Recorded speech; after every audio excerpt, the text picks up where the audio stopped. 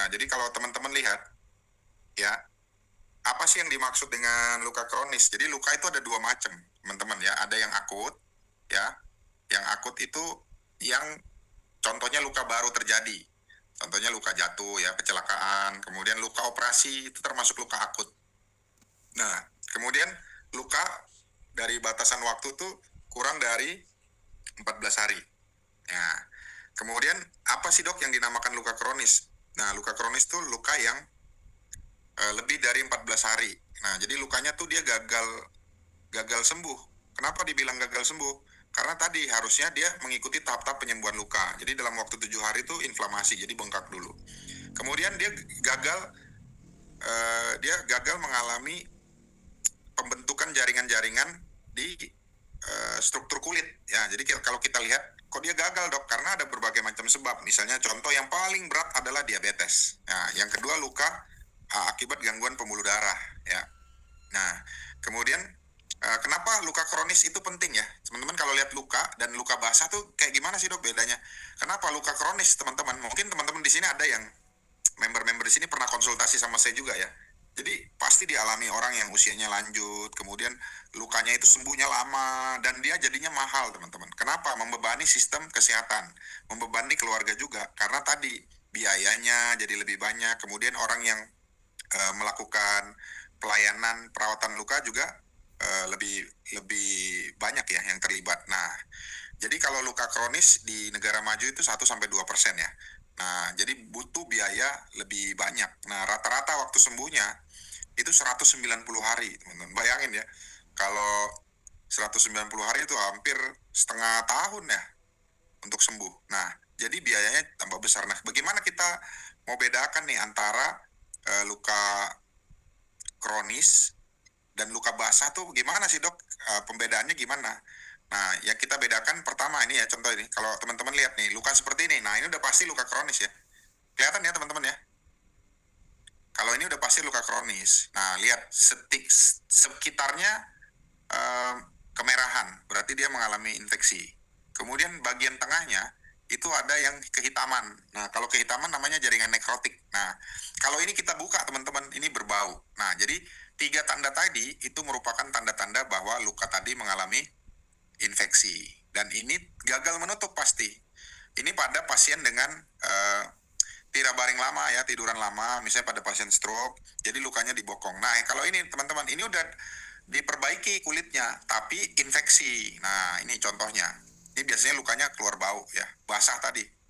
Nah, jadi kalau kelihatan kalau luka basah, kita harus nilai dulu dia bau atau tidak. Kalau tidak bau, kemungkinan seroma.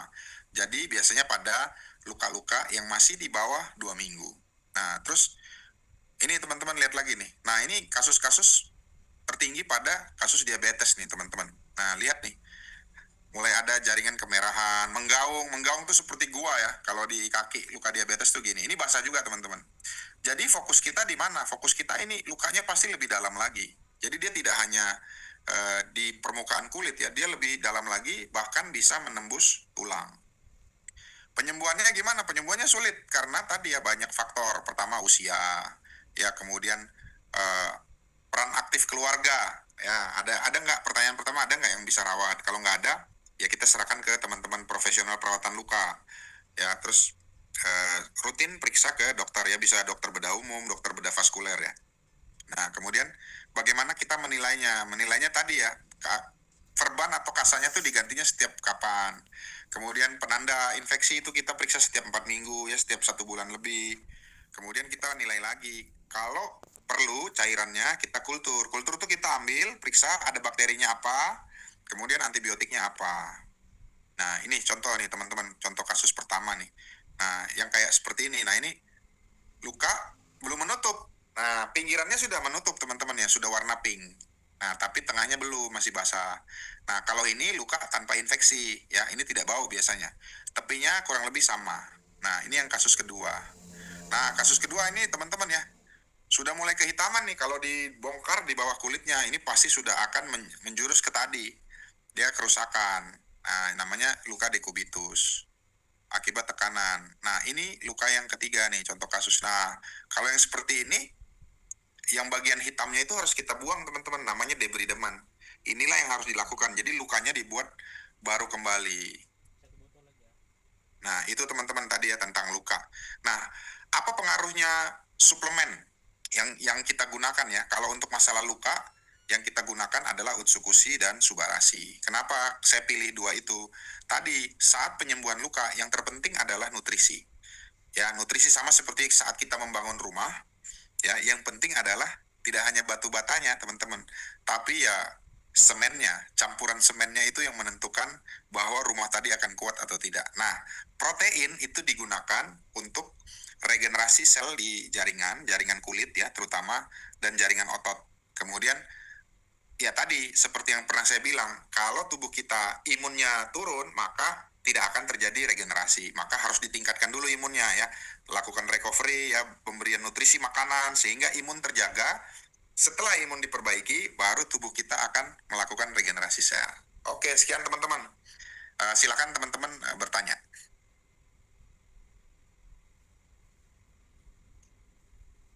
Oke, wah ini ada pertanyaan nih langsung nih. Dari AFC All Star. Dok, kalau luka kronis ada basah dan kering ya, bagaimana mengatasinya? Nah, jadi penanganan luka ya teman-teman, saya sharing lagi.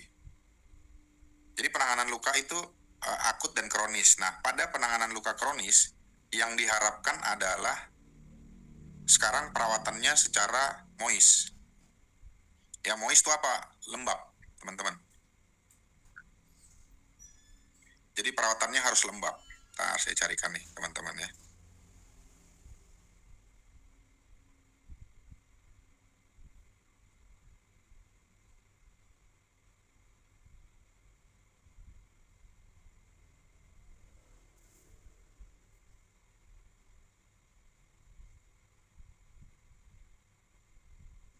Nah, oke.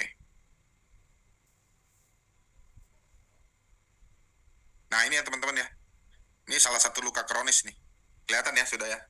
Jadi bagaimana dok perawatan luka kronis? Luka kronis tuh setiap luka pasti akan mengeluarkan cairan teman-teman. Namanya seroma. Itu cairan dikeluarkan karena dari badan kita sendiri, dari tubuh kita. Nah, kalau lukanya, perawatan luka yang paling bagus adalah lembab, moist. Jadi kalau luka terlalu kering, jadi misalnya sekarang kan orang berpikir, luka tuh bagusnya kering. Enggak teman-teman. Jadi kita seperti luka ini, kan pasti dia basah. Nah, kalau luka ini, kita lihat posisinya, ini kemungkinan dia bengkak, kemudian ini gangguan pembuluh darah vena. Nah, jadi terjadi luka. Nah, perawatannya gimana? Kalau perawatan luka seperti ini, maka kita harus pakai spons. Ya, spons itu tujuannya dia akan menyerap cairan, tetapi cairannya tidak akan hilang karena ada di sponsnya. Jadi kondisi luka di bawahnya tetap moist.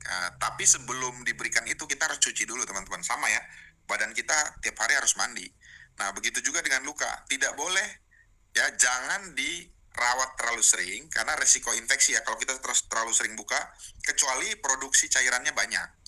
Nah, jangan juga terlalu kering karena kenapa? Kulit kita butuh lembab atau moist untuk penyembuhan luka. Jadi itu lebih bagus. Nah,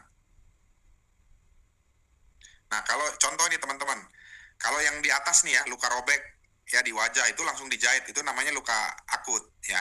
Penyembuhannya sesuai dengan waktunya. Tapi yang di bawah ini luka kronis ya. Kenapa? Dia sembuhnya pasti lebih dari 14 hari. Nah, ini salah satu plester yang bagus ya teman-teman, bisa kita nilai dari luar, kemudian dia tahan air, jadi bisa mandi. Nah, ini kalau ini NPWT ya yang saya gunakan. Kalau cairannya terlalu banyak, maka saya gunakan NPWT. Oke. Ada lagi pertanyaan? Oh ya sudah ya. Luka, kok nggak bisa? Luka dari Jimmy M. Wawoh. Luka setelah digigit binatang atau contohnya anjing ya. Terapinya bagaimana dok? Nah, kalau luka gigitan hewan ya teman-teman, pertama kita cuci dulu ya. Sekarang luka gigitan hewan itu kita cuci. Setelah kita cuci, pastikan bahwa hewan tersebut sudah ada suntikan vaksin atau belum. Tapi kalau kita tidak tahu riwayatnya, maka lebih baik kita lakukan vaksin ya, vaksin rabies terutama.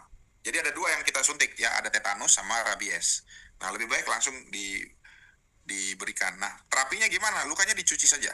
Tapi kalau lukanya dalam, Ya, luka gigitan biasa dalam ya. Begitu taringnya keluar, ya, maka lukanya akan tertutup. Nah, itu sarannya adalah harus dilakukan cross insisi. Jadi insisi silang ya, tujuannya supaya lukanya terbuka. Nah, itu segera dicuci dan dilakukan insisi silang. Dok, bagaimana luka tertutup? Misalnya terbentur. Kalau luka tertutup ya nggak dia lakukan apa-apa teman-teman. Misalnya terbentur ya benjol gitu ya, dikompres saja. Tidak perlu dilakukan apa-apa. Itu. Oke teman-teman, ada lagi pertanyaan? Silakan langsung. Yang mau bertanya bisa langsung ini saja ya. Resen, thank you Pak Jimmy. Pak Jimmy Wawo dari mana nih Pak? Kalau luka gigitan, wah ini di Manado ini paling banyak. Jadi yang bahaya adalah pada gigitan hewan itu, wah tonsea pantas. Ini paling banyak ini. Kalau ndak digigit anjing, anjing digigit saya jadi RW. Oke teman-teman ya. Ada lagi pertanyaan teman-teman ya tentang penanganan luka. Jadi kenapa saya gunakan suplemen ya? Suplemen terutama Subarasi, karena di Subarasi ada untuk regenerasi sel. Yang kedua, tadi kalau pada kasus-kasus luka diabetes, nah ini penanganannya. Penanganan AFC All Star, penanganan luka kronis karena diabetes dan penyebab lain, apakah sama atau berbeda ya dok? Nah ini bagus nih pertanyaannya. Jadi luka kronis tuh banyak ya, tidak hanya diabetes teman-teman. Ada luka kronis karena pembuluh darah vena. Ada luka kronis karena pembuluh darah arteri. Ada luka kronis karena kelenjar getah bening. Nah itu berbeda penanganannya. Kenapa yang paling sulit adalah diabetes? Karena penyebab utama diabetes adalah gula darah yang tinggi. Nah, kalau gula darahnya tidak diturunkan, maka lukanya tidak akan membaik. Itu perbedaannya. Nah, pada luka diabetes, terjadi kerusakan pembuluh darah vena. Sejauh apa? Nah, itu sejauh apa yang kita lihat, maka kita harus lakukan pemeriksaan. Nah, pemeriksaan ini kan butuh modalitas yang besar ya. Contohnya misalnya mau periksa kerusakannya sampai di mana pembuluh darahnya, maka harus dilakukan CT angiografi. Nah, CT angiografi itu lumayan butuh waktu dan tidak semua rumah sakit tersedia. Makanya penanganannya modalitasnya lebih banyak. Jadi, kalau pada penanganan luka kronis yang lain itu masih bisa ditangani teman-teman ya. Tetapi khusus untuk diabetes adalah penanganannya tujuannya cegah amputasi. Nah, itu perbedaannya. Thank you ya teman-teman ya.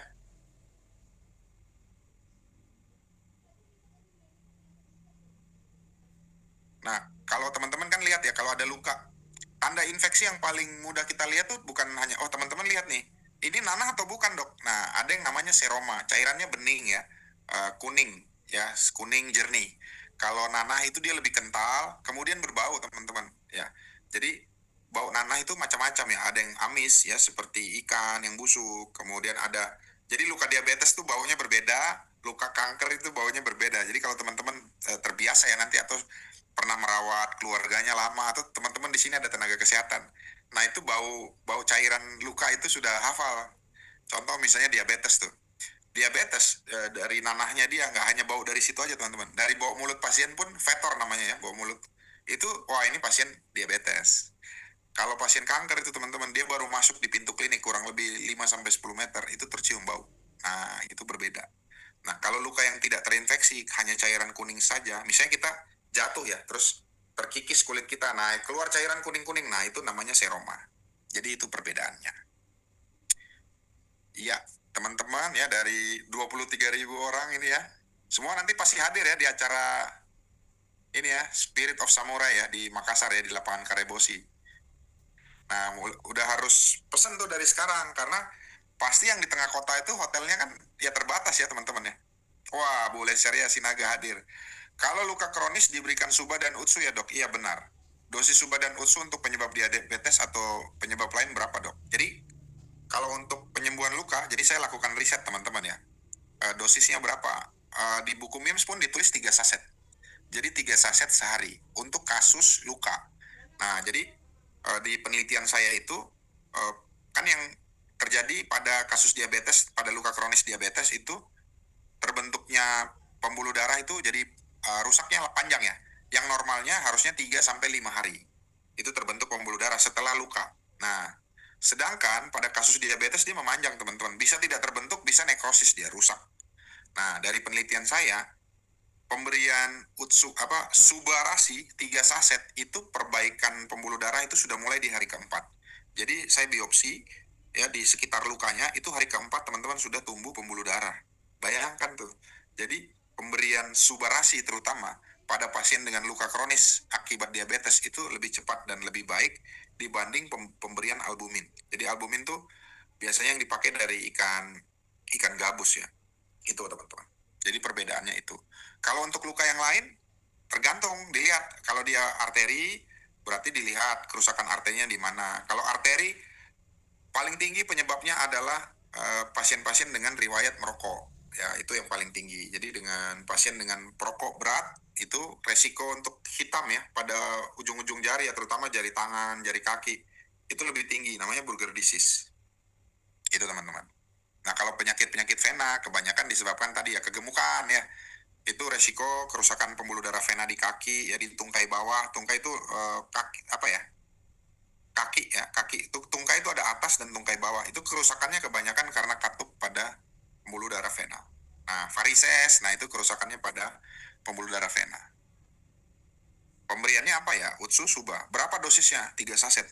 Kalau saya baca di buku MIMS Malaysia dengan di Indonesia yang sama itu Suba 3 saset. Tapi untuk Utsukushi 2 saset yang Indonesia. Nah, tetapi saran saya ya sesuai memang 3 saset per hari. Untuk kasus-kasus yang sudah terjadi gangguan ya. Misalnya kayak diabetes. Tapi kalau yang sehat ya cukup 1 hari 1 ya, dosis minimal. Jadi saya bilang itu adalah dosis minimal. Oke teman-teman, wah sudah bertambah ini 24.000. Ya memang tadi saya masih di rumah sakit teman-teman ya. Saya sekarang lagi di Rumah Sakit Hasan Sadikin, lagi ambil subspesialis bedah digestif ya, bedah saluran cerna. Jadi di sini memang kasus-kasus kanker pada usus besar itu cukup tinggi. Dan pergeseran usia.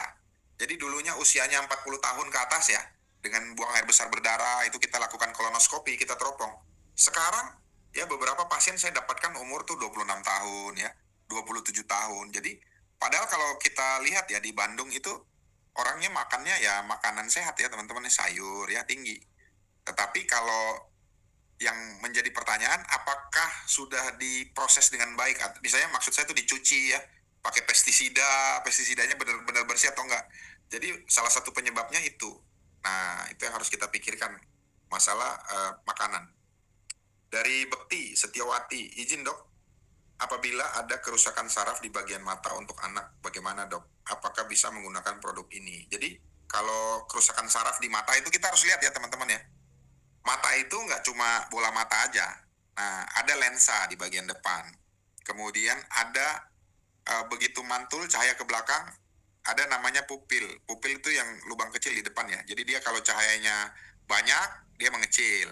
Kalau cahayanya kurang, dia membesar. Jadi kalau malam tuh dia lebih membesar. Nah, permasalahannya saraf mata itu dia terbungkus dengan pembuluh darah di luarnya. Jadi kalau kerusakan saraf di mata itu sulit sekali perbaikannya. Nah, untuk terapinya, teman-teman bisa mulai dengan pemberian hikari. Karena hikari kan tadi ya, fungsinya dia pada mata. Nah, kalau kita cerita saraf matanya, berarti saraf mata di dalam pembuluh darah mata itu, dia ada saraf nervus opticus namanya. Nah, itu jadi mata itu organ paling ini ya, paling rentan. Karena tadi kerjanya bisa hampir 24 jam, teman-teman. Nah, kalau pada anak-anak kita lihat dulu penyebabnya. Apakah di susunan saraf pusatnya atau pada organ matanya sendiri. Maka itu harus dilakukan pemeriksaan dulu Bapak atau Ibu Bekti ini. Ya. SMPN 10 Palembang. Izin dok, kalau ada anak sudah glaukoma dan dokter menyatakan harus operasi. Kira-kira apakah dengan produk ini bisa membantu? Jadi lihat dulu glaukomanya apa. Glaukoma itu kan tekanan bola matanya meningkat. Ya, meningkatnya kenapa? Ada sumbatan. Jadi di mata kita itu kan ada cairannya. Nah, ada sudut yang kalau dia tertutup, maka terjadilah glaukoma. Nah, biasanya pada apa ya, orang dengan gangguan mata ya, kalau dia kontraksi mau fokus jauh dekat, kalau terjadi sumbatan di saluran cairan mata itu dia tersumbat, namanya yang open atau yang close. Nah, kemudian penyebab lain nih misalnya diabetes. Nah, kalau pada anak-anak kan berbeda penyebabnya. dia harus lakukan operasi, harus dicari tahu dulu penyebabnya apa. Nah, baru kita sarankan. Kalau kita sarankan, jadi tidak semua bisa diselesaikan dengan suplemen, teman-teman ya. Teman-teman harus tahu, harus bilang ke keluarga pasien atau teman-teman bahwa ini adalah masuk dalam suplemen and adjuvant terapi. Jadi bukan terapi utama, teman-teman. Ini adalah terapi pendamping dan terapi tambahan. Nah, yang perlu ditanyakan sama dokternya apa? Diagnosa. Jadi kita tahu nih, teman-teman, oh diagnosa. Contoh nih, kayak Utsukushi Subarashi. Wah, ada pasien bilang, dok, katanya ini menurunkan gula darah saya, dok. Saya minum ini aja, gula darah saya 400. Iya, karena gula darah harus dikontrol dengan obat gula. Nggak bisa dengan Utsukushi dan Subarashi saja. Utsukushi dan Subarashi ya mengatasi yang lain. Contohnya kerusakan pembuluh darahnya, itu yang diatasi. Sama juga dengan kasus mata ini ya, Bapak atau Ibu harus ditanyakan dulu diagnosanya apa. Jadi kenapa harus ada diagnosa, harus ada nama penyakit, supaya kita bisa menentukan, oh ini kerusakannya ya harus dengan operasi perbaikannya. Nanti setelah operasi baru kita berikan suplemen dan adjuvan. Jadi makanan pendamping untuk penyembuhan lukanya. Jadi itu yang paling bijaksana yang bisa kita beritahukan ke keluarga pasien. Begitu ya Pak, SMPN 10 Palembang. Oke teman-teman, ada lagi pertanyaan? Nah, jadi kasus-kasus trauma mata ya yang saya lihat memang yang luar biasa tuh yang kasus kanker pada mata, kemudian diberikan suplemen ya, Utsukushi Hikari, kemudian dia membaik. Nah, itu teman-teman, itu luar biasa. Jadi memberikan pengalaman klinis, namanya kalau ilmu kan yang sudah ada diberikan ya dari kantor, jurnal. Nah, tetapi pengetahuan itu yang penting. Nah, hari ini ya setiap Sabtu, kemudian setiap Selasa di IG itu dan di IG dan di Zoom ini teman-teman, ini adalah pengetahuan ya, karena ilmunya ada bisa kita baca. Tapi pengetahuan ya, kasus-kasus seperti ini kan ada yang baru juga buat saya, ada yang baru juga buat teman-teman. Nah, tinggal bagaimana kita sebijaksana mungkin menjelaskan ke nasabah kita atau pasien-pasien kita. Gitu teman-teman. Terima kasih. Ada lagi pertanyaan teman-teman? Ya, walaupun di suasana lebaran ya. Tadi saya pas di kamar operasi, wah tiba-tiba ada yang bawa ini makanan dari rumah. Jadi ya menikmati lebaran di rumah sakit ya cukup menyenangkan. Oke teman-teman. Teman-teman dari kota mana aja nih? Ini Palembang ya. SMPN 6 nih pasti Palembang.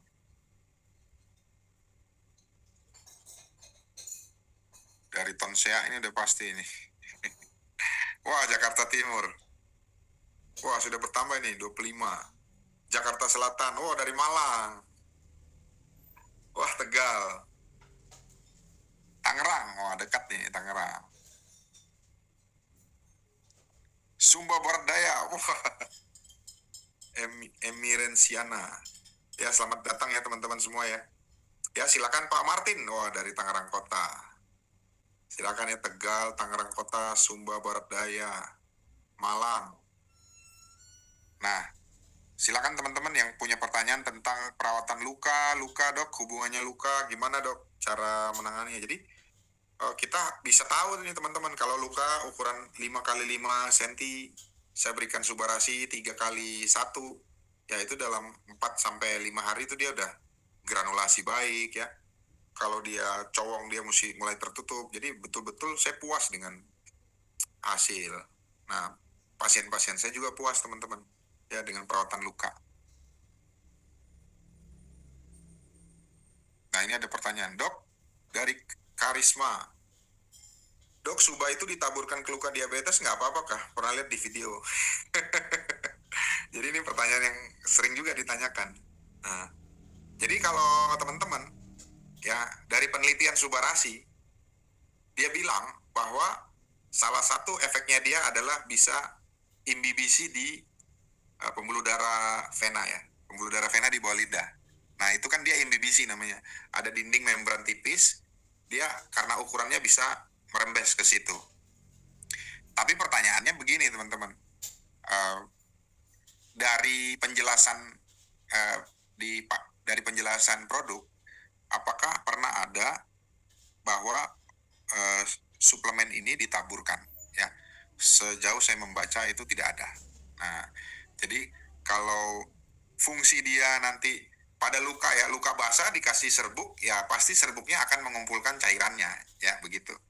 Tetapi efek penanganan pada luka bagaimana, Dok? Ya nggak bisa dijelaskan, teman-teman, karena tidak ada efek itu untuk luka. Jadi tidak ada efek untuk ditaburkan, kecuali memang contoh kayak ada beberapa obat yang bukan diminum ya, teman-teman, yang memang harus ditaburkan di luka. Nah, jadi kan sudah dijelaskan cara pakainya. Nah, sama dengan kalau misalnya ini Pertalite nih, diisi ke mobil solar. Nah, kira-kira bisa jalan nggak mobilnya? Selain nggak bisa jalan, mesinnya rusak. Glyceria sinaga. Oke, izin dok. Kalau untuk mitra sudah dideteksi sakit kanker hati stadium 4. Gimana cara konsumsi SOP Subarasi dan Utsukusia dok? Maaf dok, agak melenceng dari topik. Nah, oke. Jadi teman-teman, kalau ada kanker dan sudah stadium 4, maka itu adalah stadium terminal. Jadi stadium akhir, namanya terminal ya. Tujuan akhir itu terminal. Nah, begitu sudah stadium akhir, pengobatannya adalah paliatif namanya. Jadi teman-teman harus paham dulu bahwa kanker kalau sudah stadium 4 artinya dia sudah menyebar. Bisa saja kanker hati itu bukan berasal dari hati, atau memang kankernya berasal dari hati. Nah, makanya perlu namanya dibiopsi. Di biopsi itu apa teman-teman? Kalau di hati, dioperasi, dibuka, diambil sedikit benjolannya yang ada di hati tadi, kemudian diperiksa patologi. Sumbernya dari mana? Ya, semua kanker, ya misalnya ada di kulit nih teman-teman ya, seperti tai lalat, dia hitam. Tapi begitu dilakukan USG dan ronsen, ya sudah ada penyebaran di paru-paru gambarannya, dan sudah ada penyebaran di hati, maka dia masuk ke stadium 4. Nah, stadium 4 itu artinya kankernya sudah menyebar ke seluruh tubuh. Nah, maka penanganannya adalah paliatif. Ya.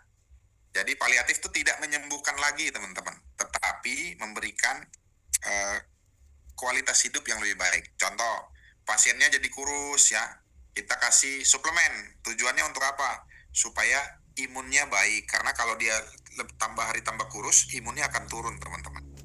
Nah, yang kedua, kalau terjadi kekurangan nutrisi, nah nutrisi kita ini bisa membantu ya, Utsukushi dan Subarasi. Itu untuk stadium 4. Ada juga kemoterapinya dan kemoradiasinya, teman-teman. Tapi tujuannya, sekali lagi, tidak untuk menyembuhkan. Tetapi tujuannya hanya memperpanjang waktunya. Ya, jadi jangan pernah paksakan ya kalau orang sudah stadium 4. Ya, karena contoh saya sebagai dokter sudah disumpah nih pada pasien-pasien kanker. Pertama sumpahnya adalah saya tidak boleh mempercepat kematiannya dan saya tidak boleh menunda kematiannya. Nah, itu ya teman-teman ya. Jadi kami sudah terikat sumpah. Jadi kalau misalnya ada keluarga, dok saya mau berobat, wah sampai ke luar negeri, silakan. Ya. Tetapi teman-teman harus paham dulu, di stadium 4 adalah paliatif. Bekti Setiawakti, izin dok untuk anak, untuk diagnosa anak saya, apa ini VKH?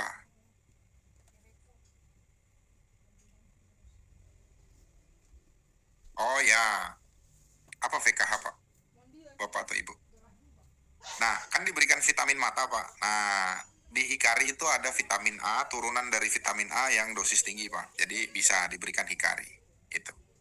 Nah, bisa juga diberikan dengan Utsukushi, Pak. Jadi, Utsukushinya, kenapa diberikan Utsukushi? Karena tadi, Pak, probiotik, ya, baik untuk inflamasi, ya, dengan kasus-kasus bengkak, ya.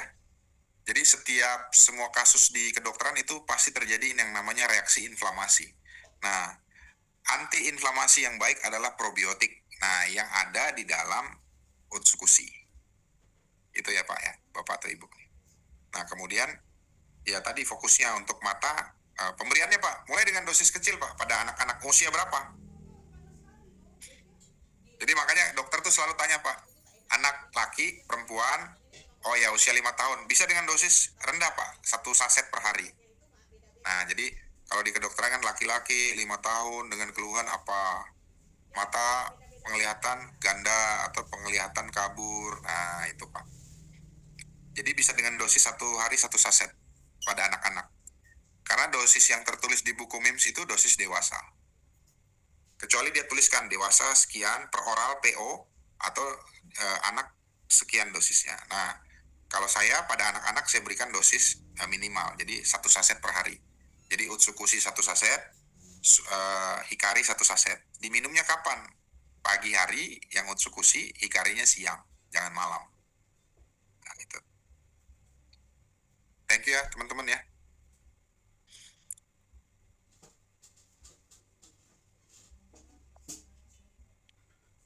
Nah, nanti kalau penilaiannya kan Pak, jadi teman-teman yang punya kasus-kasus ya luka atau misalnya penyakit tertentu, seberapa lama minimal dok pemberian? Nah tadi Pak, gangguan matanya sudah berapa lama? Nah memang pada anak-anak usia umur 5 tahun ya, sudah 1 tahun, nah pemberiannya sebanyak itu Pak. Karena proses kerusakannya selama itu. Kaizen Team, Michael Andreas. Dok, maaf klien saya tumor paru, posisi di ICU. Berapa saran konsumsi produk AFC? Pakai yang mana aja? Maaf melenceng dari topik. Nah, penyakit parunya apa? Tumor paru, stadium berapa Pak? Nah yang perlu, kalau teman-teman tumor ya, tumor atau kanker, teman-teman harus tahu stadiumnya berapa. Kenapa? Stadium pada penanganan kanker paru, ya karena kanker paru itu hasilnya kurang bagus ya. Karena kita bernapas dengan paru-paru. Ya, jadi paru-paru itu kalau terjadi gangguan saat kita mengambil napas, teman-teman, yang menyebabkan kematian pertama kali adalah gagal napas.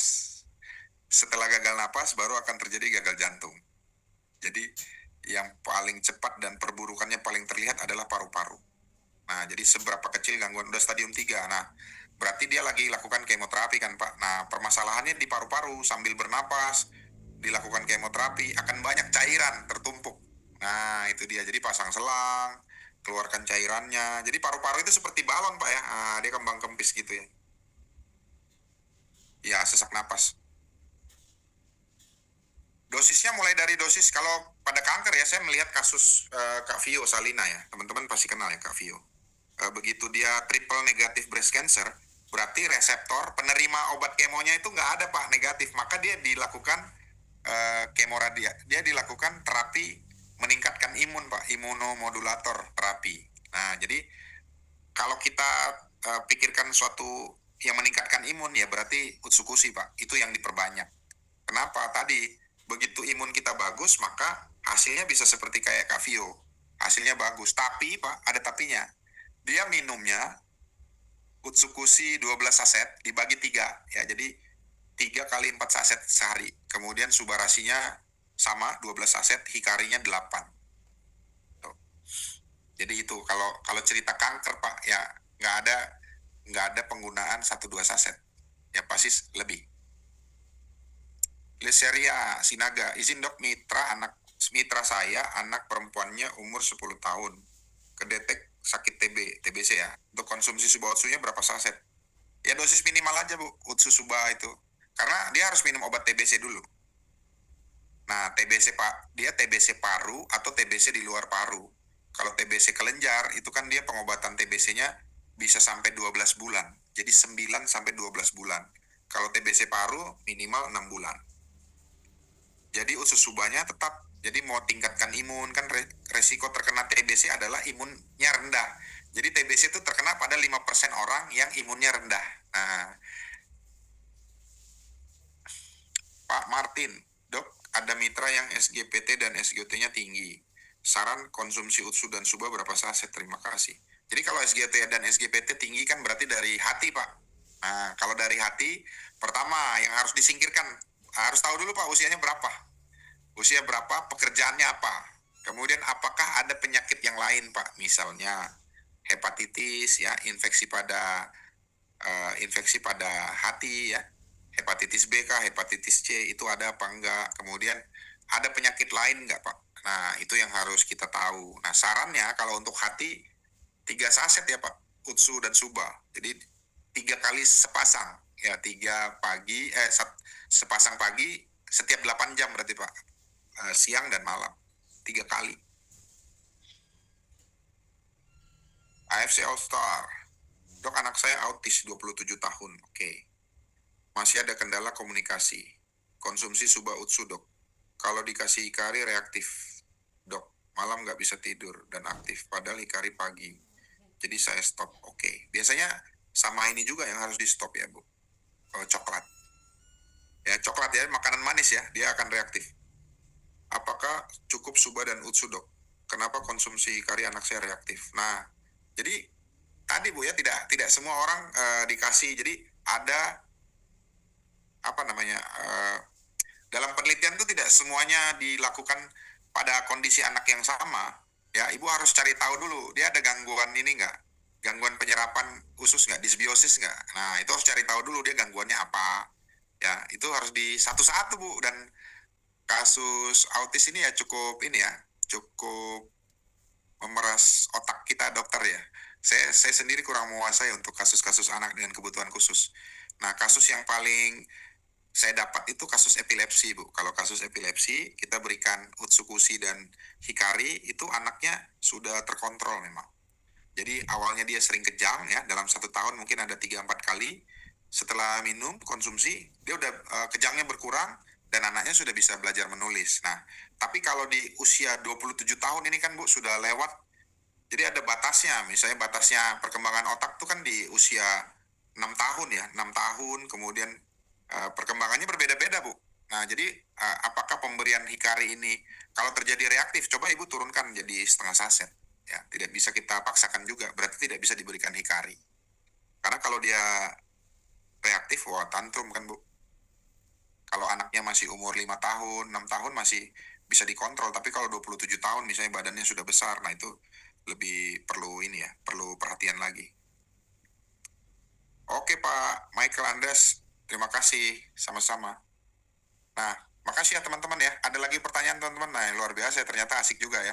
26.000 aja udah seperti ini pertanyaannya. Jadi memang senang ya teman-teman ya bisa berbagi. Apalagi saya juga berbagi di TikTok teman-teman ya. Di TikTok tuh saya banyak membahas tentang wasir. Jadi ternyata dalam 3 kali saya live ya setiap hari ya. Pagi itu jam 6 ke jam 7.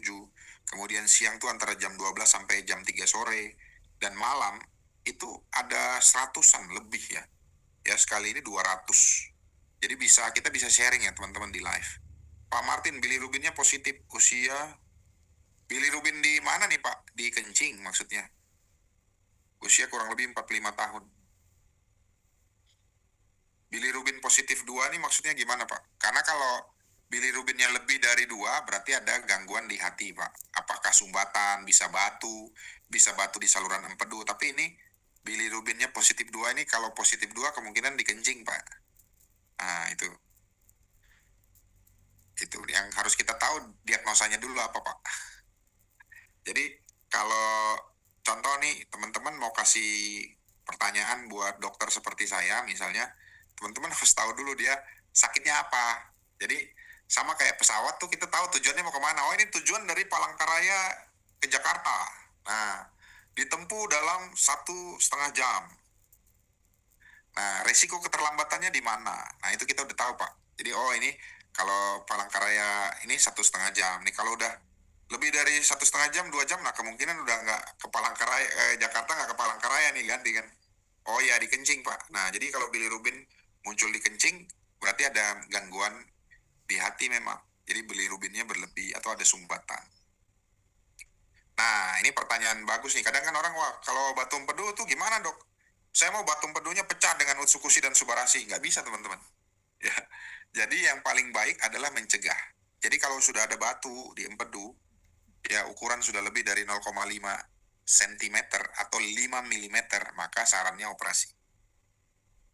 Baru kemudian dikasih suplemen. Oke. Ya, dari luka kita udah ke hati ya. Makasih Pak. Salam konnichiwa. Ya teman-teman, ada lagi pertanyaan? Nah masalah ini luka ini nggak habis ya teman-teman ya. Nggak habis dalam 1 malam kita bahas. Karena tadi ya masing-masing model-model lukanya tuh banyak, variasinya banyak teman-teman. Jadi tidak hanya bau, teman-teman lihat juga, kemudian raba ya. Kadang kalau ada yang konsultasi ke saya minta foto dari atas, kanan, kiri, dengan cahaya yang bagus. Terus saya minta, coba Pak kalau diraba kanan sama kirinya sama hangat tidak? Oh lebih panas dok sebelah kanan. Nah berarti itu infeksi. Ada dibandingkan nih kaki dua gini ya teman-teman ya. Oh satunya lebih besar teman-teman. Nah satunya lebih kecil loh. Berarti yang satunya bengkak. Nah jadi pemeriksaan yang dilakukan dokter itu seperti itu. Ya lebih banyak pemeriksaan. Oke teman-teman, ini nggak ada yang pergi lebaran ya. Nggak ada yang bertamu. Nah, ya silakan teman-teman yang masih mau bertanya, boleh ngetik, boleh langsung present, langsung ngobrol.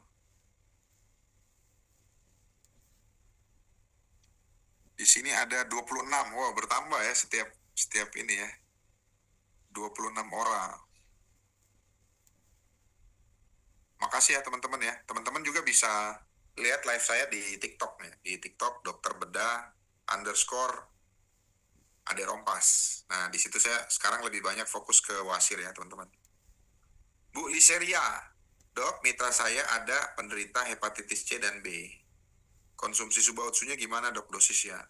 Jadi teman-teman ya, untuk kasus hati, kalau misalnya teman-teman dia ya cukup uangnya, sehari 3 saset, ya pagi siang malam. Ya kalau enggak ya tetap satu hari satu, minimal bisa 2 kali 1. Jadi kalau ada kasus-kasus pasca operasi, saya berikan 2 kali 1. Vivo, oh dari Vivo nih. Dari pengalaman dokter, butuh waktu berapa lama untuk terjadi perbaikan pada luka ulkus dengan pemberian Subautsu? Jadi, pertama yang harus dilihat lokasi. Kalau lokasinya di punggung, kemudian pasiennya dengan penyakit yang lain, contohnya stroke ya, nggak bisa gerak, itu jadi lebih sulit teman-teman. Bisa 2 bulan, bisa 3 bulan. Nah, untuk kasus diabetes yang pasti yang kita mau cegah adalah amputasi. Maka kita harus pastikan dulu lukanya, tulangnya tidak infeksi. Itu dulu. Baru dengan perawatan luka modern, setiap 2 hari sekali atau 3 hari sekali kita rawat, itu sembuhnya bisa 1 bulan. Ya, sembuhnya 1 bulan. Itu bisa dibandingkan ada yang testimoni pasien saya itu kan dia sudah 1 tahun lukanya nggak sembuh. Teman-teman bayangin nih, luka di kakinya itu 1 tahun nggak sembuh. Nah, setelah diberikan Otsusuba, ya sempat marah juga keluarganya ya, suaminya. Kebetulan suaminya polisi ya. Dia sempat marah, dok. Itu yang dokter tunjukin saya udah pernah beli. Wah, terus saya tanya nih. Kadang gini teman-teman ya, obatnya mahal. Nah, yang kedua, eh, eh, pasien atau teman kita, kalau kita kasih tahu, mereka bisa marah. Nah, yang didahulukan pasti marah. Sama, saya juga dapat seperti itu ya, Bu, dari Vivo nih. Saya pasti dimarahin, dok. Wah, ini dokter nggak benar nih. Yang dokter resepkan obatnya mahal loh. Iya, Pak. Nah, ini sekarang saya mau kasih resep. Nah, saya udah pernah pakai. Saya tanya, cara pakainya bagaimana? Nah, baru dia bingung. Ternyata setelah saya rawat nih, saya sambil rawat luka. Dia bilang, memang pernah dok diresepin, tapi belum pernah datang obatnya. Suplemennya belum pernah datang. Alasannya ada nyantol di mana lah, belinya online lah. Wah, alasannya banyak teman-teman ya, karena tadi harganya mahal. Nah, terus kemudian saya lakukan perawatan itu, saya perbaiki dulu tepi lukanya. Jadi kalau luka kronis kita harus perbaiki, kita buat lukanya jadi luka baru.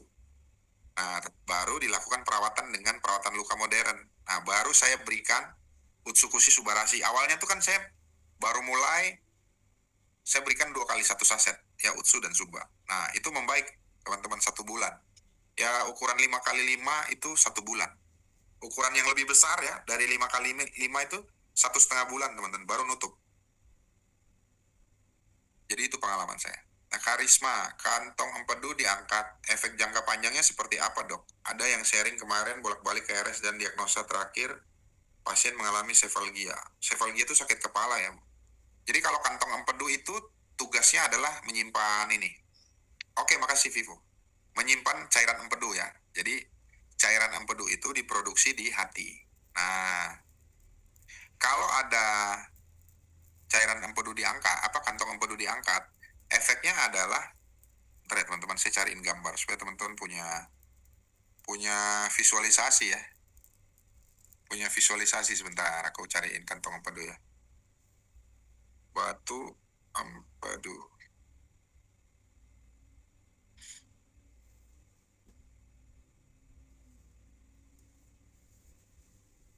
Jadi kalau teman-teman punya yang masalah kantong empedu,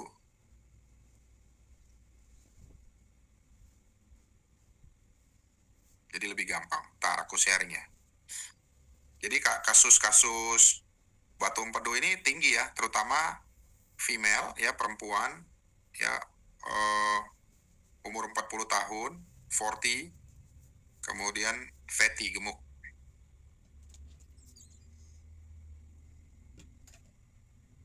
Nah ini ya teman-teman ya. Wah kurang gede ya. Ini udah kelihatan ya.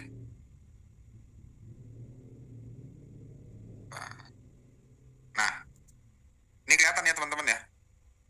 Ku kasih pointer sebentar.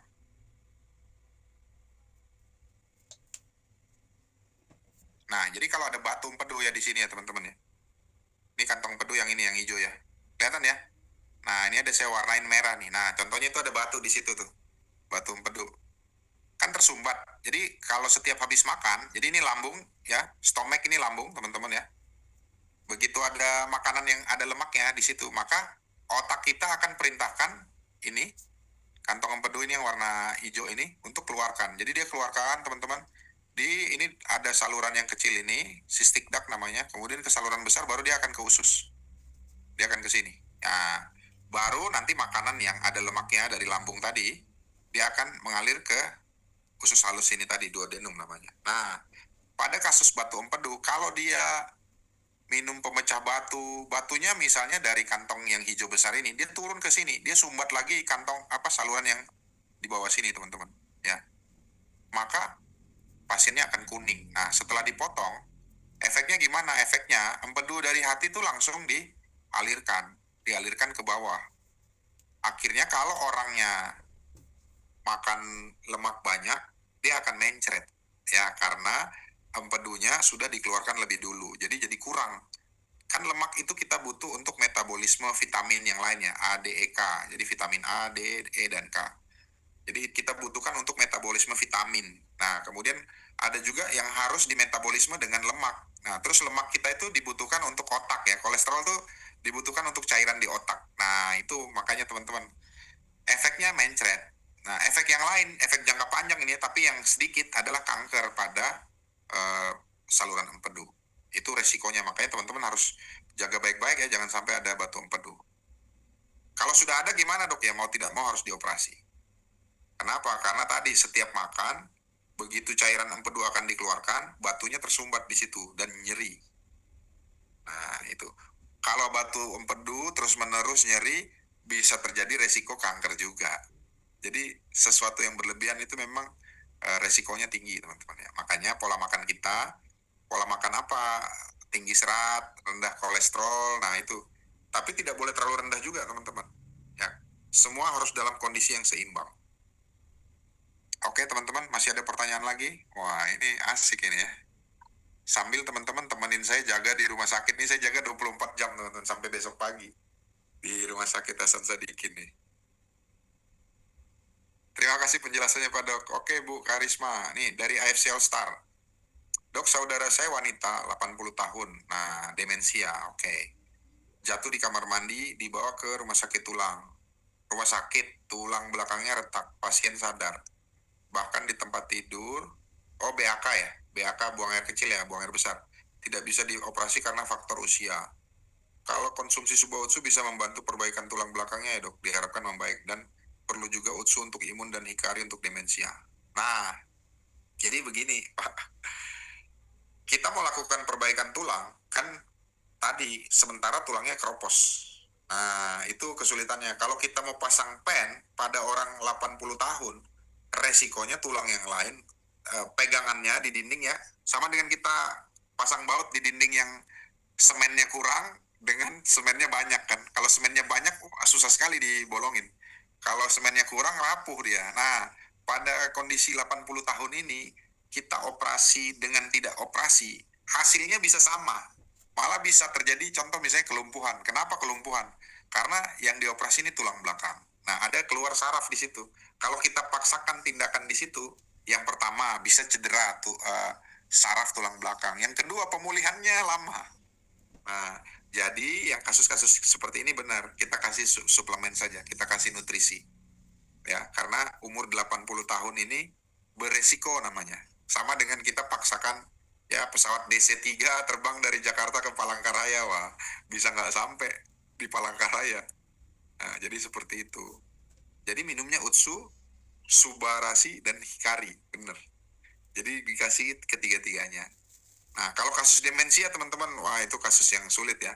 Demensia, Alzheimer ya, kasus yang sulit. Tapi kita perlu berbangga ya dengan adanya Hikari, karena satu-satunya suplemen yang menurut saya untuk kasus neurogenesis ya, gangguan neurogenesis. Ya, jadi pembentukan saraf kembali itu paling baik menurut saya Hikari saat ini ya. Bukti izin dok untuk pasien wanita usia 60 tahun, penderita DM tipe 2 dan hipertensi sudah selama 10 tahun, rutin konsumsi obat gula dan hipertensi. Saat ini terdiagnosa osteoartritis. Oke, grade 2. Sedang menjalani fisioterapi. Nah, ini bagus nih, Utsukushi dan Subarasi. Nah, ini bagus, Utsukushi dan Subarasi untuk osteoartritisnya. Tapi teman-teman untuk daya ingatnya ya, perlu kita kasih Hikari. Benar, jadi kita tambahkan Hikari. Nah, Utsukushi Subarasinya teman-teman bisa mulai dari dosis rendah, kemudian ditingkatkan. Jadi bisa maksimal sampai 3 saset per hari.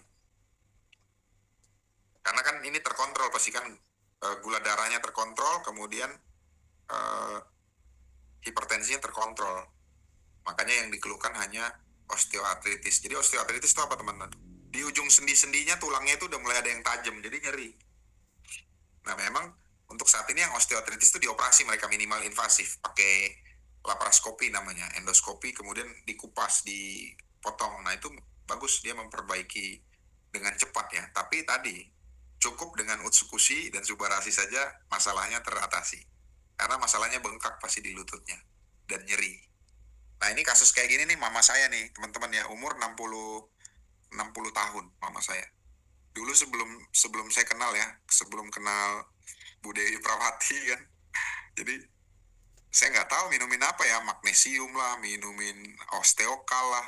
Wah nggak beres, mama saya tuh kalau pakai celana dalam tuh harus duduk teman-teman ya.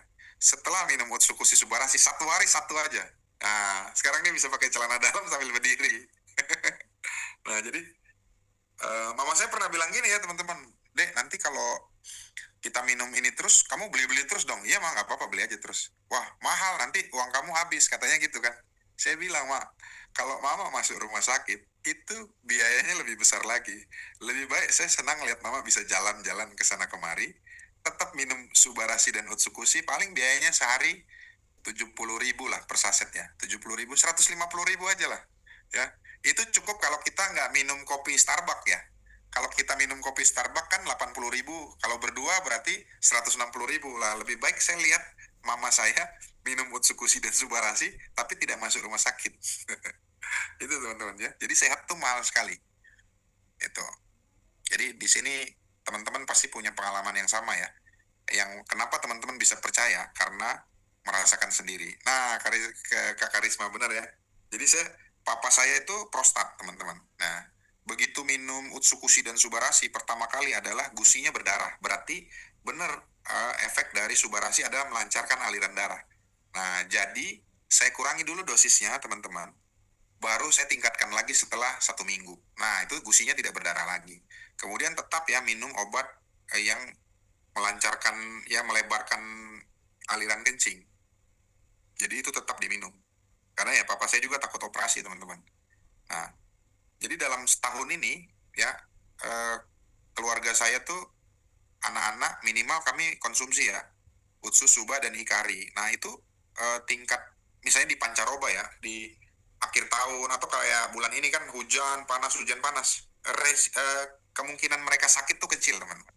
Dibanding contoh saya harus vaksin flu anak saya. Jadi sekarang anak saya tidak perlu vaksin flu lagi teman-teman. Ya, cukup dengan 1 saset Subarasi dan 1 saset Utsukushi. Nah, karena anak-anak saya tambahkan Hikari ya. Emerensia. Wah, dok mau tanya kalau bayi umur 3 bulan kejang-kejang, dikasih SOP Subarasi dan Utsukushi dosisnya berapa dok? Ya 1 saset. Kalau kejang-kejang harus tahu dulu penyebabnya apa. Apakah otak, intracerebral, atau karena demam. Nah, itu harus tahu dulu. Karena kalau pada anak laki-laki itu lebih banyak dia kalau demam dia kejang. Anak perempuan lebih kurang. Nah, biasanya kita harus cari tahu dulu penyebabnya. Apakah ada di susunan saraf pusat atau di tempat lain. Bukti Setiawati untuk anak yang menderita alergi apakah bisa, Dok? Bisa. Alergi protein susu sapi, putih telur, tungau, bulu kucing bisa. Ya, itu kerjanya probiotik. Nah, jadi probiotik itu banyak tugasnya dia, teman-teman ya. Efeknya dia banyak. Nah, probiotik itu kan dulu dari fermentasi ya. Yogurt tuh probiotik. Terus Yakult tuh probiotik, tape probiotik. Nah, tapi pertanyaannya orang-orang kalau di live saya tuh, Dok, kan kalau gitu saya minum tape aja. Ya, tapi tape singkongnya ukuran berapa, fermentasi berapa lama, takaran miligramnya itu berapa kita nggak tahu. Nah, makanya yang simple adalah kita minum Utsukushi. Jadi dikasih Utsukushi, Bu, untuk anak-anak yang dengan alergi. Itu lebih baik. Karena gangguannya di pencernaan ya. Nah, terus yang kedua, kalau alergi ya pasti kita harus hindarkan dari penyebab alergi. Itu. Jadi penyebab alerginya apa itu, jangan dideketin itu terus. Nanti dia akan terangsang terus alerginya. Reaksi alergi namanya. Wah, semakin asik nih, udah berapa? 28.000. Oke teman-teman, ada lagi pertanyaan? Silakan open mic atau langsung diketik. Nah, ini memang kalau semakin banyak nasabah kita ya, semakin banyak tim kita, masalah akan semakin datang, teman-teman. Sesuai dengan doa kita, ya Tuhan, berikanlah saya kekuatan. Maka Tuhan akan jawab, saya kasih kamu masalah. Oke, teman-teman ya. Teman-teman yang ada di Zoom hari ini, terima kasih teman-teman ya yang sudah bertanya, yang sudah sharing juga. Ya, semoga yang saya sampaikan ini bisa banyak ya membantu ya, setidaknya menyelesaikan masalah-masalah nasabah-nasabah kita, mitra kita di lapangan ya. Tentunya teman-teman harus berani bilang bahwa ini stadium 4 ya pada kanker ya. Luka ini bisa sembuh kalau gula darah diturunkan, harus terkontrol. Dan yang paling saya anjurkan adalah sebelum memulai terapi dengan suplemen dan adjuvan terapi ya, pendamping dan makanan tambahan ini, teman-teman harus tahu kondisi awalnya. Jadi contohnya misalnya, dia berangkat dengan kejang-kejang, bayi 3 bulan kejang. Setiap bulan, setiap berapa hari, setiap hari atau setiap berapa jam. Nah, dengan konsumsi, dia mulai berkurang tidak? Nah, itu teman-teman yang harus kita tahu. Kemudian tadi Pak, SGOT, SGPT tinggi, penyebabnya sakit apa dulu? Kalau penyakit hati, kita lihat SGOT, SGPT, kemudian bilirubin total, direct, indirect. Nah, itu diperiksa. Jadi kita punya nilai awal, ya karena ada pasien yang begini, setelah dikasih terapi ya, tidak membaik misalnya, sudah 1 tahun, contoh luka lah. Terus saya kasih Utsukushi dan Subarasi. Nah, begitu sembuh, membaik, dia pun masih bertanya ya, pertanyaannya gini, Dok, ini yang menyembuhkan Utsukushi Subarasinya atau tindakan perawatan lukanya? Ya jelas teman-teman, semua kombinasi ya, tindakan perawatan luka, kemudian penanganan gula darah, itu semua saling mendukung. Listeria Sinaga, izin Dok, penderita sakit ginjal awal konsumsi SOP Subarasi dan Utsukushi kreatininnya malah naik. Gimana kita menjelaskan ke mitra? Nah, ini dia. Kasus gagal ginjal itu paling rentan ya. Karena pertanyaannya ginjalnya sudah rusak nih. Nah, nanti Utsukushi Subarasinya akan lebih merusakkan ginjal atau enggak. Karena teman-teman ya, kasus-kasus cuci darah, kalau sel ginjalnya sudah rusak, dia pemulihannya lama. Jadi kalau dibilang memang ureum kreatinnya malah naik, karena dia harus dicuci darah. Kemudian pola makan dia harus bagaimana, harus air tuh, cairan tuh harus dibatasi. Kemudian teman-teman protein, jadi protein, karbohidrat, lemak tuh harus dibatasi. Nah, jadi saya memang pada kasus-kasus pasien gagal ginjal, ya saya tidak terlalu fokus ke sana. Kenapa? Karena mengobati pasien dengan gagal ginjal itu yang harus teman-teman tahu ya. Saat ini ginjalnya sudah rusak dan keluarganya pasti sudah habis banyak uang. Ya, ditambah kita berikan suplemen. Nah, itu yang saya sampai hari ini saya tidak fokus ke sana. Tidak fokus untuk pasien gagal ginjal. Lebih baik saya mencegah terjadinya gagal ginjal. Itu fokus saya sekarang. Kenapa? Kalau Sama seperti pasien diabetes, sudah kena diabetes kan. Pasien diabetes tuh kalau kita suruh cegah cegah amputasi, suruh turunkan gula darahnya, dia marah, ya. Disuruh kontrol setiap hari dia nggak mau. Begitu sudah kena, ya tadi saya udah kena nih, gimana saya mau pengobatan yang terbaik. Pengobatan yang terbaik adalah mencegah. Dan yang paling baik pada kasus gula darah tinggi adalah turunkan gula darah. Karena kalau sudah ke gagal ginjal, wah itu lebih sulit ya, menurut saya. AFC All Star, kalau gagal ginjal tambah HD dengan Suba 7 saset ada yang membaik, dok. Ya benar. Jadi tadi ya teman-teman ya, karena lawan kita tidak hanya dari harga, tidak hanya dari harga produk, apalagi harus 7 saset nih. Tetapi lawan kita adalah perawat yang di tempat cuci darah, kemudian dokter umum yang dicuci darah, dokter spesialis yang dicuci darah. Nah itu. Nah, dan yang sampai sekarang saya ingin tahu itu adalah datanya pasien yang cuci darah itu, kemudian pemberian. Jadi harus bisa dibuktikan kan supaya kita tadi ya kayak saya merawat luka, subarasi utsukusinya berapa. Nah, ternyata yang paling tinggi subarasi. Pemberian subarasi itu regenerasinya cepat. Nah, kalau seperti ini kan misalnya dari siapa nih di All Star ya. Ya HD-nya penyebabnya apa dulu, kemudian EGFR-nya berapa, dosisnya berapa, pemberian selama berapa hari, baru kita periksa lagi. Biasanya seminggu sekali kita periksa ureum kreatininnya. Nah, baru cuci darahnya bagaimana. Kita nilai fungsi ginjal pertama dari USG, dari kita lihat ya ginjalnya dan fungsinya. Gitu. SPN 10, izin dok, apa ada perbedaan gagal ginjal kronis dan akut? Benar, ada perbedaan Pak. Nah, gagal ginjal kronis dan akut itu ada perbedaannya. Apakah produk AFC bisa membantu gagal ginjal kronis dan akut?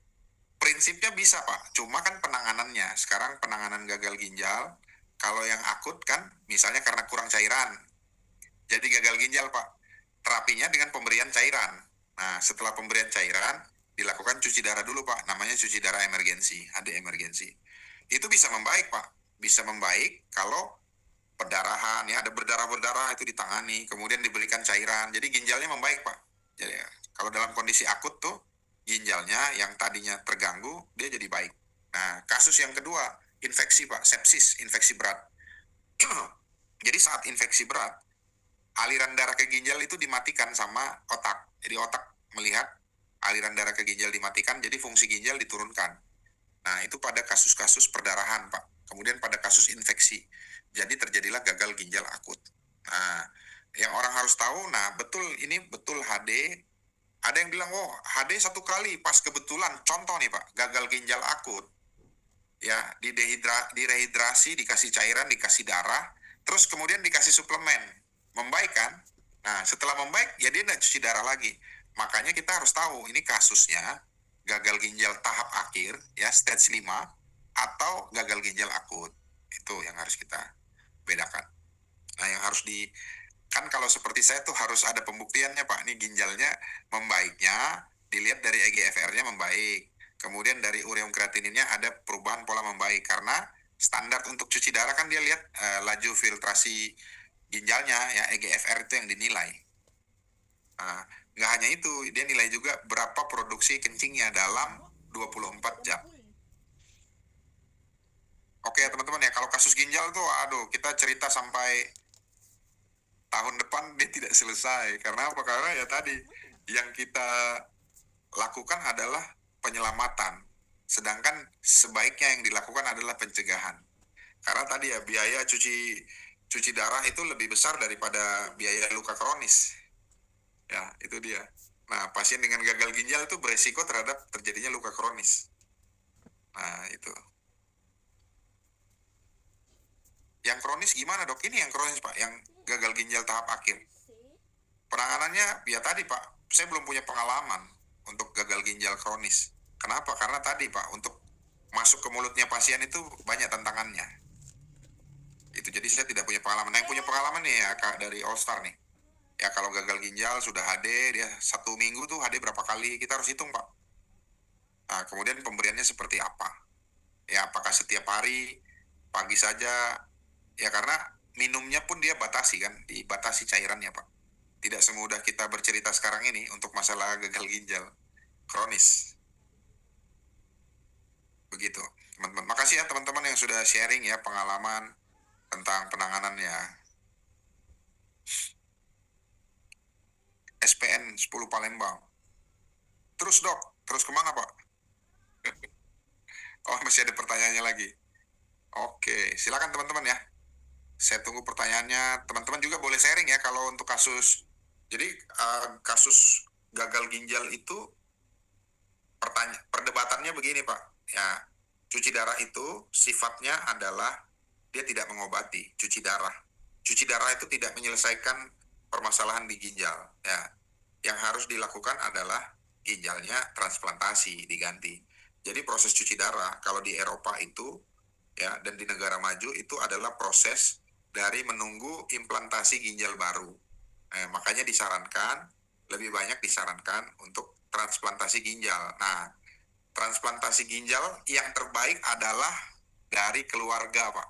Nah, kalau ada saudara, kakak adik, itu yang terbaik. Nah, pertanyaannya adalah siapa yang rela untuk memberikan satu buah ginjalnya? Jadi untuk gagal ginjal kronis itu berarti solusinya hanya cuci darah ya dok? Enggak Pak, solusinya transplantasi ginjal. Jadi kalau Bapak, jadi cuci darah itu tidak mengobati. Ya kalau pada kasus akut Pak ya, dia mengobati sementara fungsi ginjalnya dipindah ke mesin Pak. Tapi kalau untuk kasus kronis kan lama Pak. Jadi ginjalnya sudah rusak. Nah, kalau dengan suplemen, dia butuh waktu lama. Tidak hanya secepat kita 1-2 kali kita minum 1-2 paket atau satu diamond dia membaik. Enggak Pak, dia butuh waktu. Nah, di saat butuh waktu itu kan kita harus jelaskan ke keluarga. Masalah di cuci darah ginjal tuh nggak hanya cuci darahnya aja Pak, tapi HB-nya yang turun, harus ada transfusi kan itu jadi masalah juga Pak. Nah, ini pengalaman, oh ya ini. Vivo, pengalaman pasien yang saya bantu 2 paket dalam 1 bulan, HB naik dari 6 jadi 9, jadi tidak transfusi darah lagi. Nah, ini kasus transfusi darah. Benar. Jadi memang kan 1 bulan, jadi proses perubahan, proses regenerasi sel darah merah Pak dari sumsum tulang belakang tuh dia perlu 120 hari, 3 bulan. Nah, jadi dengan pemberian 2 paket, ya kan berarti kan 2 bulan ya. Kalau dia minum 2 kali 1 saset kan berarti 1 bulan. Nah, HB-nya naik Pak dari 6 ke 9. Nah, itu harus ditambah juga dengan makanan. Jadi tidak hanya suplemen saja teman-teman. Kita makan juga daging, daging merah ya terutama itu. Karisma, nah itulah dok nggak ada spare partnya. Bener, jadi harus donor. Jadi cuci darah pada kasus gagal ginjal kronik itu proses yang menunggu teman-teman. Di Eropa itu proses menunggu donor baru. Donornya dari mana Pak? Contoh, ada pasien yang sudah tanda tangan kalau dia tutup usia, matanya diambil boleh, kemudian hatinya boleh transplantasi paru dan ginjal dan jantung Pak. Di Eropa seperti itu, Eropa Amerika seperti itu Pak. Nah di Indonesia Pak, pasien udah tutup usia, kita baru otopsi Pak, baru belah, dibilang diambil organnya Pak. Padahal hanya otopsi saja. Jadi itu perbedaan pola pikir dan pola penanganan. Nah, kalau di sana seperti itu Pak. Jadi kalau saya misalnya di sana sudah tulis surat wasiat, kalau saya tutup usia, donor saya, organ saya boleh diambil. Nah, ada syaratnya juga Pak. Orangnya nggak boleh merokok, nggak boleh alkoholik Pak. Jadi jangan begitu jantungnya dipindahkan ternyata orang yang dengan gangguan pembuluh darah nih. Wah, begitu pasang jantung baru rusak lagi. Jadi betul-betul dipilih Pak orangnya. Teman-teman, apakah ada pengalaman pasien gagal ginjal kronis yang terbantu? Nah, saya pernah tanya nih Pak dari Bu Sido, dari Bu Silvi dan Ko Hendro. Mereka punya yang setelah pemberian suplemen itu tidak cuci darah lagi. Nah, tapi pertanyaan saya tetap sama. Itu pasien yang gagal ginjal akut apa yang gagal ginjal kronis? Nah, terus kemudian saya minta datanya. Sampai hari ini saya belum, mungkin kalau ada teman-teman yang punya pengalaman, biar bisa saya pelajari. Nah, mungkin nanti Bapak bisa tanya juga, Bapak atau Ibu bisa tanya ke dokter Islami ya, apakah punya pengalaman. Karena dari setiap saya mau berdiskusi dengan dokter penyakit dalam ya, yang khusus tentang ginjal dan hipertensi, itu mereka tidak mau berdiskusi. Ya, karena keilmuan punya mereka Pak, artinya mereka yang tahu gitu, paham. Nah, jadi ya kalau berbicara masalah ginjal Pak, wah, kalau saya angkat tangan Pak. Kenapa? Tadi Pak, masalah ginjal itu bukan hanya di ginjalnya saja, masalah di keluarga pasiennya, masalah di dokter yang menangani. Kalau untuk saat ini, teman saya yang dokter spesialis onkologi, spesialis bedah tumor, nah itu sudah mengirimkan, sudah sering konsultasi Pak, pasien-pasiennya yang kemoterapi, yang eh, turun ya, kondisinya turun, nah itu kita berikan suplemen, itu membaik Pak. Membaik tuh ada skornya, namanya Karnofsky. Karnofsky itu pasiennya bisa makan sendiri, itu skornya 70 Pak, kita nilai dari, jadi secara klinis, dan bisa dipertanggungjawabkan Pak. Jadi kalau misalnya saya mau menjawab pertanyaan Pak Bapak atau Ibu SMPN 10 Palembang, saya punya data. Nah kalau yang kasus gagal ginjal ini saya nggak punya datanya Pak. Saya pernah mendengar saja. Jadi dari kalau ada yang kasus autoimun Pak. Jadi autoimun yang Bu Yunike itu dari cuci darah seminggu 4 kali jadi 2 kali. Nah itu terjadi perbaikan kan Pak. Tapi kondisinya pasiennya anak muda ya. Berbeda lagi dengan kondisinya kalau usianya lebih tua. Karena anak muda dengan orang tua, kondisi selnya berbeda. Yang kedua, respon terhadap reaksi inflamasi itu berbeda juga. Seperti itu, Pak. Oke, teman-teman, ada lagi pertanyaan? Asik nih kalau kita bahas itu. Itu harus dibahas secara ini, Pak. Jadi fungsi ginjal itu tidak semudah yang kita perkirakan. Nah, dan yang paling berat adalah kalau terjadi infeksi berat, fungsi ginjal yang paling pertama kali diganggu. Atau namanya renal shutdown Pak. Jadi ginjal tuh aliran listriknya dimatikan. Nah, supaya aliran yang lain tetap bekerja. Begitu. Jadi organ kita yang satu itu mudah sekali rusak. Kemudian dia kalau kerusakan sudah 80% Pak, baru muncul gejala. Contoh nih Pak, kan ada gagal ginjal grade 1 nih. Nah, dia nggak naik ke grade 2 dulu, grade 3. Nggak Pak, kadang dia grade 1, grade 3, langsung grade 5 gagal ginjal. Wah gitu Pak, cepat. Nah, saat kita menjelaskan, ini ada kemungkinan mau gagal ginjal total. Wah, keluarga masih berunding, nggak mau lah cuci darah. Nanti kalau cuci darah terus, bisa terus-terusan. Nah, disitulah letak kesulitannya. Nah, makanya Pak, kalau saya mau cerita dari segi ini ya, keilmuan saya Pak. Contoh, uh, lebih baik saya menangani 1.000 pasien wasir dibanding saya menangani 1 pasien gagal ginjal Pak.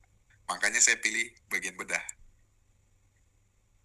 Itu ya teman-teman ya. Nanti teman-teman bisa sharing ya. Mungkin pembicara-pembicara, Pak Gideon yang cuci darah 4 kali seminggu bisa berhenti cuci darah. Apakah beliau kronis atau akut? Nah itu nanti bisa mungkin dibahas ya. Kalau saya lebih suka, tapi harus pembahasan secara ilmiah Pak. Nah tadi pembahasan secara ilmiah itu harus ada dengan data Pak. Kalau Bapak mau punya pertanyaan, kalau saya punya datanya pasti saya bisa jawab. Nah seperti yang cuci darah tuh saya nggak punya datanya Pak. Saya hanya punya foto-foto apa namanya, testimoni ya. Nah, sedangkan testimoni itu level terendah dari satu produk. Nah, contoh misalnya profesor saya nih Pak, wah pakai obat A bagus deh untuk gagal ginjal. Nah, itu testimoni namanya Pak. Walaupun dia profesor, itu levelnya terendah. Level tertingginya adalah kalau misalnya gagal ginjal ini dibahas, ada jurnalnya, kemudian jurnalnya sudah direview itu dibaca orang lain, kemudian ada pro dan kontranya, baru diakui kebenarannya. Nah, itu level 1, Pak. Nah, itu yang perlu kita dengar dan yang kita bahas. Oke, teman-teman, ada lagi pertanyaan?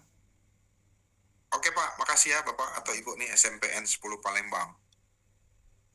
Nah, jadi teman-teman harus ini ya, mulai dari sekarang kita harus donor darah ya, biasakan donor darah. Kalau nanti teman-teman, masalahnya aturan di Indonesia untuk donor organ masih ini ya, masih belum dijelas-jelaskan karena masih banyak penolakan atau orang yang masih belum setuju. Jadi aturannya belum sejelas itu, teman-teman. Sementara kalau di luar negeri ya jelas ya, kalau misalnya penyebabnya, tapi orang yang mau donor tuh harus sehat ya, pola hidupnya harus sehat.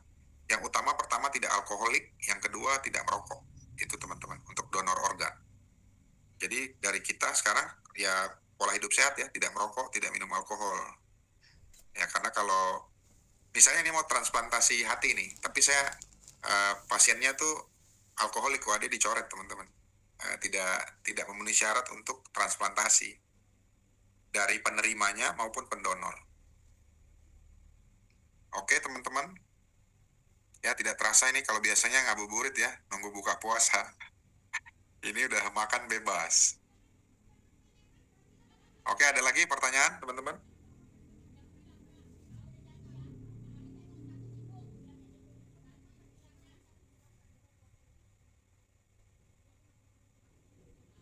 semoga tadi ya penjelasan saya bisa memberikan solusi ya, terutama pada kasus-kasus luka.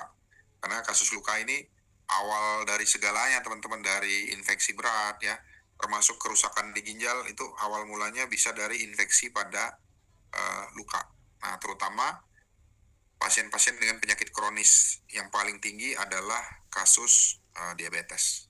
Nah, kasus diabetes tuh ujungnya bisa banyak teman-teman ya. Ada lagi yang mau bertanya? 29.000. Wah, makasih ya teman-teman semua ya. Dari penjelasan saya, ada evaluasi dari teman-teman, apa yang perlu ditambahkan? Jadi saat ini saya bisa sharing ya teman-teman. Awalnya di 2020 tuh saya diberitahu ya sama Ibu Dewi Prawati ya, wah dok, ini bagus buat COVID. Wah, tapi saya nggak percaya ya. Akhirnya di 2024 ya, 4 tahun teman-teman, saya lihat ya pasien saya yang mau diamputasi, ya tidak jadi diamputasi oleh saya, ya karena pemberian suplemen. Ya suplemennya nggak sedikit yang dia kasih, 11 saset per hari. Jadi Utsu dan Suba waktu itu. Setelah itu ada launching Hikari. Nah di launching Hikari itu, kalau saya dokter bedah ya teman-teman, sering merasa kesemutan nih di jari manis dan kelingking. Nah CTS namanya. Akibat penggunaan sarung tangan yang ketat ya. Nah saya minum Hikari, itu sangat membantu teman-teman. Saya biasanya minum vitamin B kompleks ya, B1, B6, B12, itu efeknya berbeda teman-teman. Efeknya Hikari lebih cepat, kemudian cukup 1 saset, dia sudah membaik. Nah, jadi kesimpulan saya adalah, yang kedua saya gunakan Subarasi untuk asam urat. Nah, itu berefek sekali teman-teman. Hari ini saya sudah tidak konsumsi lagi kalau misalnya mau makan daging ya, itu kan langsung terasa tuh. Apalagi kalau Kristen nih kan, mau makan RW sama bak itu langsung nyeri. Nah, dengan pemberian Utsukushi Subarasi, itu tidak terjadi lagi teman-teman. Ya puji Tuhan ya. Oke, terima kasih ya teman-teman ya. Oke. Oke, itu aja. Ya, itu aja ya dokter. Pas juga ya jam 5 dan kayaknya hari ini juga masih hari H lebaran banget. Jadi kayaknya masih lagi pada keliling-keliling, nggak apa-apa lah. Kita ketemu lagi nanti di minggu depan atau di minggu-minggu berikutnya dok ya. Oke, kalau gitu. Terima kasih dokter Ade dan terima kasih teman-teman semuanya untuk hari ini, untuk waktunya. Sampai jumpa di acara berikutnya. Thank you dokter.